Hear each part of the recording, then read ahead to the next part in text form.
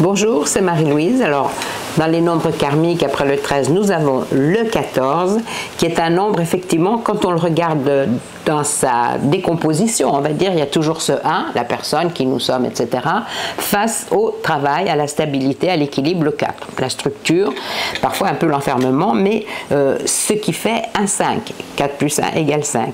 Le 14, il marque les gens qui ont vraiment, dans leur vie antérieure, été plutôt débauchés.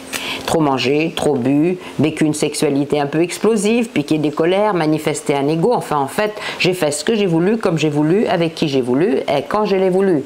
Donc, il va falloir apprendre tout de suite la maîtrise du corps, de sa sensualité, de sa sexualité, de sa liberté personnelle.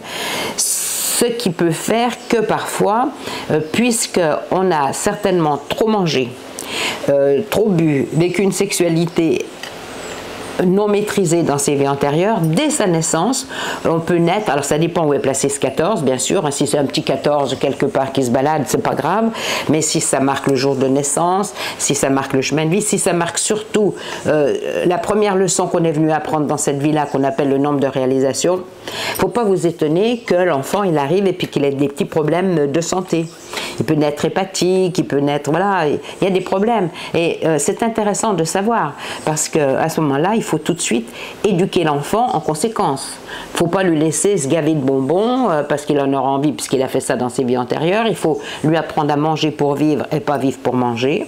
Il faudra tout de suite lui apprendre sa sexualité pour pas qu'il ait de problème, parce que comme dans les vies antérieures, il a fait tout et n'importe quoi, il peut aussi avoir des expériences compliquées. Donc, si on est au courant de tout ça, pour soi-même, c'est souvent un peu tard qu'on est informé, mais pour nos enfants, c'est super intéressant pour pouvoir d'emblée les élever, c'est-à-dire les rendre plus grands par rapport aux leçons qu'ils doivent apprendre et les aider à les apprendre positivement plutôt que négativement.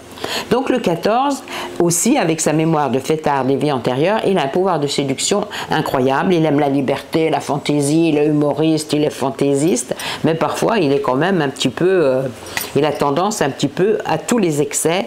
Donc c'est très important de savoir que le 14 doit maîtriser son corps. Alors ça fait quoi? Puisque c'est le corps, ça fait des gens qui sont attractifs, magnétiques, mais aussi souvent manuels. Magnétiseurs, ils massent, ils sculptent, ils ont besoin d'avoir les mains occupées.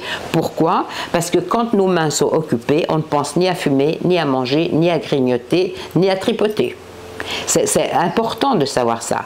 Si vous avez des enfants qui sont nés ou qui sont marqués par le 14, il faut tout de suite les encourager à utiliser leurs mains d'une manière utile, intéressante et instructive. Sinon, qu'est-ce qu'ils vont faire? Ils vont se ronger les ongles, ils vont se tripoter les cheveux. Nous, quand on était enfant, on n'avait pas le droit à l'école de se ronger les ongles. Et alors, arrête de te ronger les ongles, alors tu es là avec tes mains, tu ne sais pas quoi en faire. Et alors, tu commences à tripoter tes cheveux. Non, il ne faut pas non plus se tripoter les cheveux.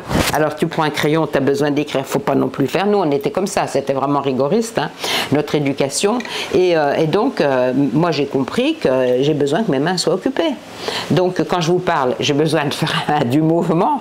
Et si j'avais quelque chose dans les mains, je serais très contente, par exemple. Donc, le 14, c'est un nombre de séduction, d'adaptation, de liberté, d'aventure, mais aussi qui oblige à une certaine forme de rigueur et de maîtrise de soi, de ses passions, de ses pulsions, de ses colères. Voilà, alors, à bon entendeur, salut.